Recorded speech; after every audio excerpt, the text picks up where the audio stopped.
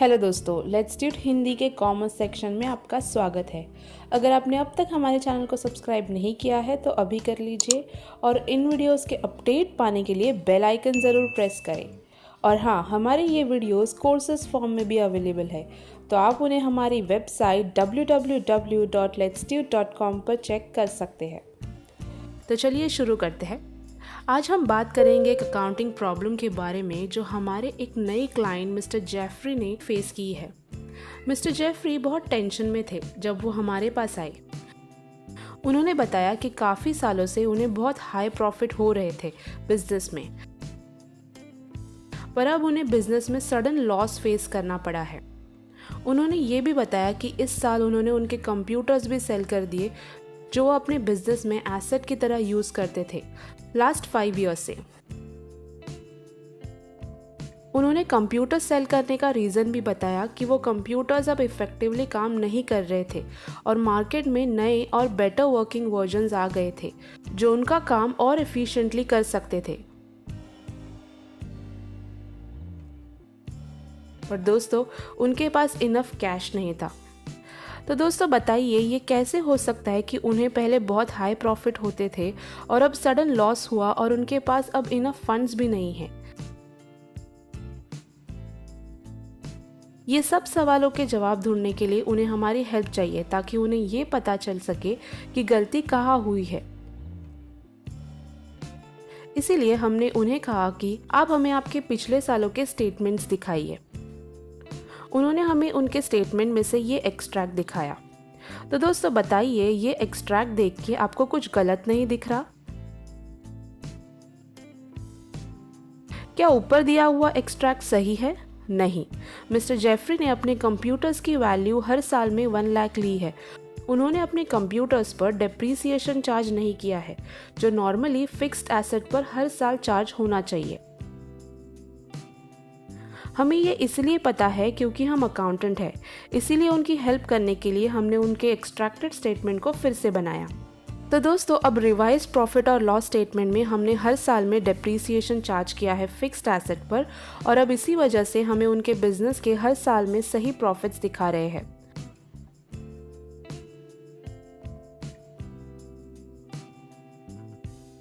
दोस्तों, हमने अब तक बहुत बातें की डेप्रीसिएशन पर, तो अब आप बताइए कि डेप्रीसिएशन होता क्या है। दोस्तों, डेप्रीसिएशन का मतलब होता है कि किसी भी चीज़ का प्राइस कम होना। डेप्रीसिएशन से एसेट्स की वैल्यू कम होती है। एसेट की वैल्यू कम होने के 4 मेन रीजंस होते हैं। तो चलिए अब हम उन रीजंस के बारे में जानते हैं। सबसे पहला रीजन है जिसके वजह से एसेट की वैल्यू कम होती है, वो ये है कि एसेट की यूज होने से उसका वैल्यू कम होता है। दूसरा रीजन है कि कितने टाइम से वो एसेट यूज हो रहा है। टाइम ये दूसरा रीजन है। थर्ड रीजन है कि वो एसेट अब सर्विस प्रोवाइड नहीं कर पा रहा है या खराब हो गया है। और फोर्थ रीजन ये है कि वो एसेट अब आउटडेटेड हो गया है, मतलब कि अब नए वर्जन्स आ गए हैं जो ज़्यादा एफिशिएंसी से काम कर सकते हैं, इसीलिए वो पुराने एसेट की वैल्यू कम हो गई है।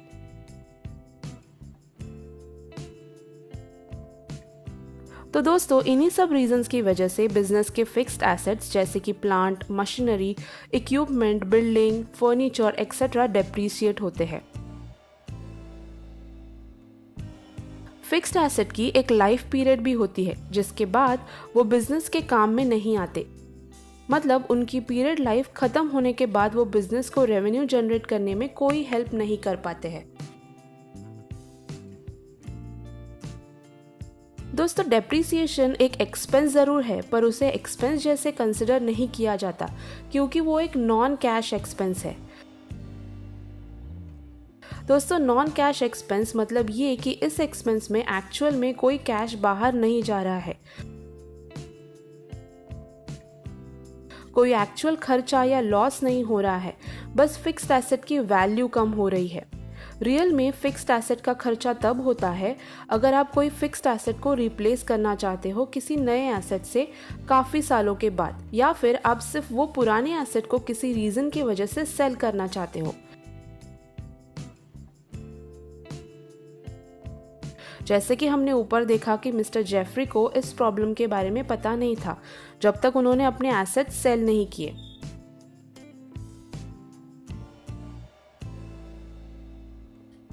तो दोस्तों बताइए, डेप्रिसिएशन इतना ज़रूरी क्यों है अकाउंटिंग में?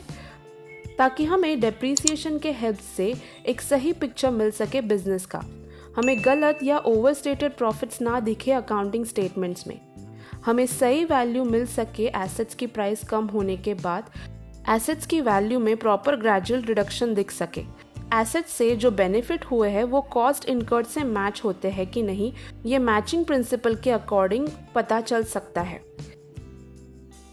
करंटली फिक्स्ड एसेट्स की क्या वैल्यू है वो पता चल सकती है। लीगल रिक्वायरमेंट्स और टैक्सेस को भी हम प्रॉपरली कॉम्प्लाई कर सकते हैं। दोस्तों ये सब रीजंस की वजह से डेप्रिसिएशन बहुत ज़रूरी है अकाउंटिंग में बिजनेस के लिए। तो चलिए दोस्तों, अब हम डेप्रिसिएशन के सबसे बड़े बेनिफिट के बारे में बात करते हैं। डेप्रिसिएशन एक नॉन कैश एक्सपेंस है जिसकी वजह से कोई कैश एक्चुअल में बिजनेस के बाहर नहीं जाता है। इसी वजह से जो डेप्रिसिएशन का अमाउंट होता है वो बिजनेस में ही अक्यूमुलेट होता है एक सर्टेन पीरियड तक, और फिर इसी अक्यूमुलेटेड अमाउंट से बिजनेस में डेप्रिसिएशन रिजर्व्स बनाया जाता है, जिसके हेल्प से बिजनेस के लिए नए एसेट्स लिए जा सकते हैं जब हमें पुराने एसेट्स को रिप्लेस या सेल करना हो।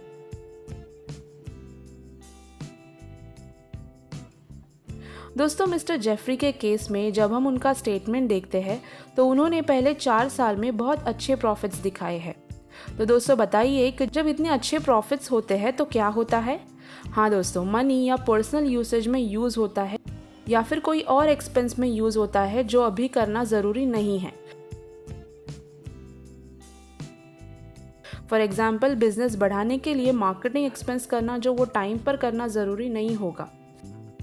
दोस्तों ये तो हमने की प्रॉफिट की बात। अब सोचिए अगर बिजनेस में सडन लॉस हो, जैसे कि बिजनेस में एसेट्स सेल करने की वजह से, और उसी टाइम बिजनेस के लिए नए एसेट्स लेना बहुत ही ज़रूरी हो क्योंकि वो एसेट बिजनेस के फंक्शनिंग के लिए बहुत ज़रूरी तो थे, तो बिजनेस में उस टाइम कितने प्रॉब्लम्स फेस करने पड़ सकते हैं। दोस्तों अगर मिस्टर जेफरी ने पहले डेप्रिसिएशन रिकॉर्ड किया होता तो वो उस टाइम वाइज डिसीजन ले पाते थे कि उन्हें एसेट्स तब सेल करनी चाहिए थी या नहीं। बहुत सारे सवालों पर वाइसली सोच के वो डिसीजन ले पाते थे। फॉर एग्जाम्पल, क्या ये टाइम सही है एसेट्स सेल करने के लिए? एसेट्स अभी सेल करने से बिजनेस में कोई लॉस नहीं होगा? एसेट्स सेल करने से बिजनेस की फंक्शनिंग में कोई प्रॉब्लम्स नहीं आएगी? एसेट सेल करने के बाद क्या नया एसेट लेना पॉसिबल होगा, एक्सेट्रा। तो दोस्तों डेप्रिसिएशन बिजनेस में कैश को रिटेन करता है और टाइम आने पर वही कैश बिजनेस में यूज़ किया जाता है पुराने एसेट को रिप्लेस करने के लिए या नए एसेट खरीदने के लिए। दोस्तों इन्हीं सब रीजंस की वजह से अकाउंटिंग में डेप्रिसिएशन करना बहुत ज़रूरी होता है। चलिए दोस्तों, अब हम देखते हैं कि डेप्रिसिएशन को कैसे रिकॉर्ड किया जाता है बुक्स में। बिजनेस एसेट की वैल्यू को मार्केट प्राइस से फ्रीक्वेंटली कंपेयर करना और फ्लक्चुएशंस दिखाना बिजनेस के लिए एडवाइजेबल नहीं है, क्योंकि बिजनेस उन सब एसेट्स को लॉन्ग टर्म के लिए यूज़ करते हैं और वो सारे एसेट्स सेल करने के लिए नहीं होते हैं। तो अब बिजनेस में ऐसा क्या करना चाहिए हमें कि फ्रीक्वेंट वैल्यू कंपैरिजन भी ना हो और फ्लक्चुएशंस भी ना दिखे। इसी चीज़ को सॉल्व करने के लिए एक फिक्स्ड प्रोसेस बनाया गया है जिसमें ग्रेजुअली एसेट के यूजफुल लाइफ पीरियड एंड होने तक हर साल कुछ अमाउंट साइड पर रखा जाता है। उस अमाउंट को डेप्रिसिएशन कहा जाता है और उस अमाउंट का एक रिजर्व बनाया जाता है। उस रिजर्व को डेप्रिसिएशन रिजर्व कहा जाता है। डेप्रिसिएशन का अमाउंट हर साल फिक्स्ड एसेट की वैल्यू से कम किया जाता है ताकि फिक्स्ड एसेट्स के लाइफ एंड होने पर हमें एसेट की एक्चुअल रियलाइजेबल वैल्यू मिल सके रिकॉर्ड्स में। रियलाइजेबल वैल्यू वो होती है जो हम एक्सपेक्ट करते हैं कि जब एसेट्स की लाइफ एंड होगी तब वो वैल्यू हमें मिलेगी। दोस्तों डेप्रिसिएशन के अमाउंट में एसेट की कॉस्ट का भी एक पार्ट होता है जो उस पर्टिकुलर पीरियड में यूज़ किया जाता है। तो दोस्तों एक्चुअल में डेप्रिसिएशन वैल्यूएशन प्रोसेस नहीं है, पर वो एक अलोकेशन प्रोसेस है। आई होप अभी तक आपको हर बात समझ में आ गई होगी।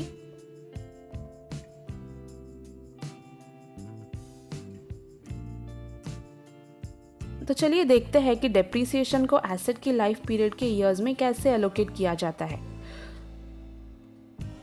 डेप्रीसिएशन को कैलकुलेट करने के लिए 3 फैक्टर्स बहुत ज़रूरी होते हैं। तो चलिए अब हम वो 3 फैक्टर्स के बारे में जानते हैं।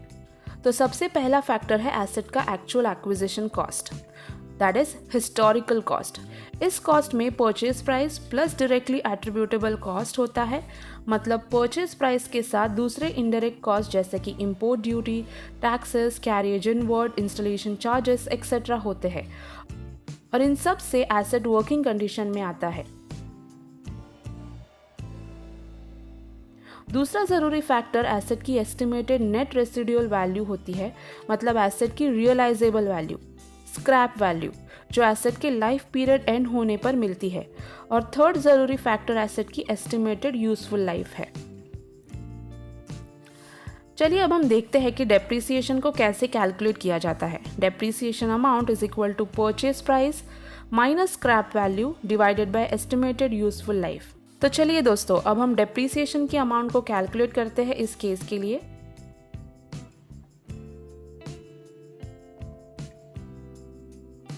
अब हम यूजफुल लाइफ को 5 इयर्स अज्यूम करते हैं, स्क्रैप वैल्यू को हम 0 अज्यूम करते हैं, और purchase price that is actual acquisition value को हम 1 लाख अज्यूम करते हैं। तो depreciation amount is equal to 1 lakh minus 0 divided by 5 that is 20,000। दोस्तों इस तरह डेप्रीसिएशन कैलकुलेट किया जाता है, और इसका मतलब ये हुआ कि अगले 5 इयर्स के लिए दैट इज एसेट की लाइफ की एंड तक हर साल 20,000 डेप्रीसिएशन चार्ज होगा। इस मेथड को डेप्रीसिएशन की फिक्स्ड इंस्टॉलमेंट मेथड या स्ट्रेट लाइन मेथड भी कहा जाता है। इसमें हर साल हम एसेट के डेप्रीसिएशन को एसेट के यूज के साथ मैच करते हैं, जो हमने मैचिंग प्रिंसिपल में पढ़ा था।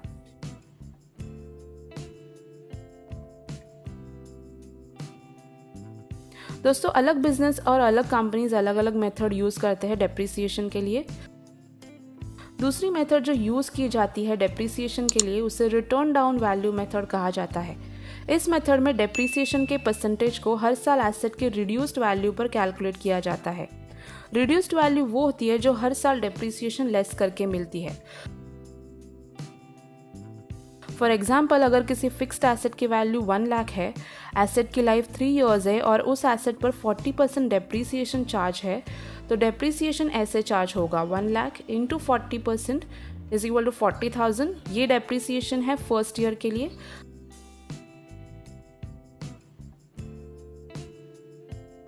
अब सेकेंड ईयर के लिए सबसे पहले रिड्यूस्ड वैल्यू फाइंड करनी होगी। Reduced value asset value minus depreciation which is 60,000। दोस्तों जब सेकेंड ईयर का डेप्रीसिएशन चार्ज किया जाएगा वो रिड्यूस्ड वैल्यू दैट इज 60,000 पर किया जाएगा। For example 60,000 into 40% is equal to 24,000। अब चलिए रिड्यूस्ड वैल्यू देखते हैं। 60,000 माइनस 24,000 इज इक्वल टू 36,000। और अब थर्ड ईयर का डेप्रीसिएशन रिड्यूस्ड वैल्यू पर चार्ज करते हैं, दैट इज 36,000 पे, विच इज 21,600। दोस्तों एसेट की लाइफ 3 इयर्स थी। अब 3 इयर्स के बाद हमने रेसिडुअल वैल्यू देखनी होगी। चलिए अब हम रेसिडुअल वैल्यू कैलकुलेट करते हैं। 36,000 minus 21,600 is equal to 14,400। Depreciation के अलग टाइप के लिए और अलग टाइप के एसेट्स के लिए डेप्रीसिएशन कैलकुलेट करने के लिए रेगुलेटरी बॉडीज हमेशा फिक्स्ड परसेंटेज प्रिस्क्राइब करती है ताकि यूनिफॉर्मिटी मेंटेन हो सके। फॉर एग्जाम्पल फर्नीचर के लिए डेप्रीसिएशन है 10% और प्लांट एंड मशीनरी के लिए डेप्रीसिएशन 30% प्रिस्क्राइब किए गए हैं। दोस्तों इसी तरह रेगुलेटरी बॉडीज ने अलग अलग एसेट के लिए अलग अलग डेप्रीसिएशन परसेंटेज प्रिस्क्राइब किए हैं।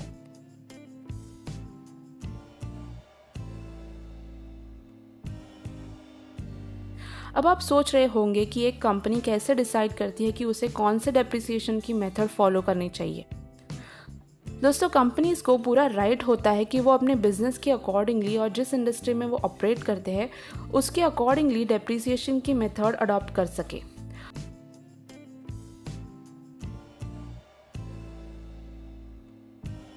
आपको ये सवाल भी होंगे कि लैंड कभी डेप्रीशिएट क्यों नहीं होती और डेप्रीसिएशन हमेशा सिर्फ फिक्स्ड एसेट पर लगता है और करंट एसेट्स पर क्यों नहीं लगता। तो चलिए अब हम इन सवालों के जवाब को देखते हैं। दोस्तों, लैंड इसीलिए डेप्रिसिएट नहीं होता क्योंकि उसकी यूजफुल लाइफ इनफाइनाइट कंसिडर की जाती है, और करंट एसेट बिजनेस में लॉन्ग टर्म के लिए नहीं रहते, वो शॉर्ट टर्म के लिए ही होते हैं। और मोस्ट करंट एसेट्स 1 साल से भी कम टर्म के लिए बिजनेस में होते हैं, तो इसीलिए उन पर कोई भी डेप्रिसिएशन को प्रॉफिट या लॉस के जैसे चार्ज नहीं किया जाता, क्योंकि उन पर डेप्रिसिएशन चार्ज करना लॉजिकल नहीं है। करंट एसेट का प्रॉफिट या लॉस डायरेक्टली एडजस्ट किया जाता है जब वो सेल किए जाते हैं। तो दोस्तों, हमने आज डेप्रिसिएशन ये टॉपिक को कंप्लीट कर लिया है। आई होप कि आपको डेप्रिसिएशन के टॉपिक पर एक ब्रॉड ओवरव्यू मिल गया होगा।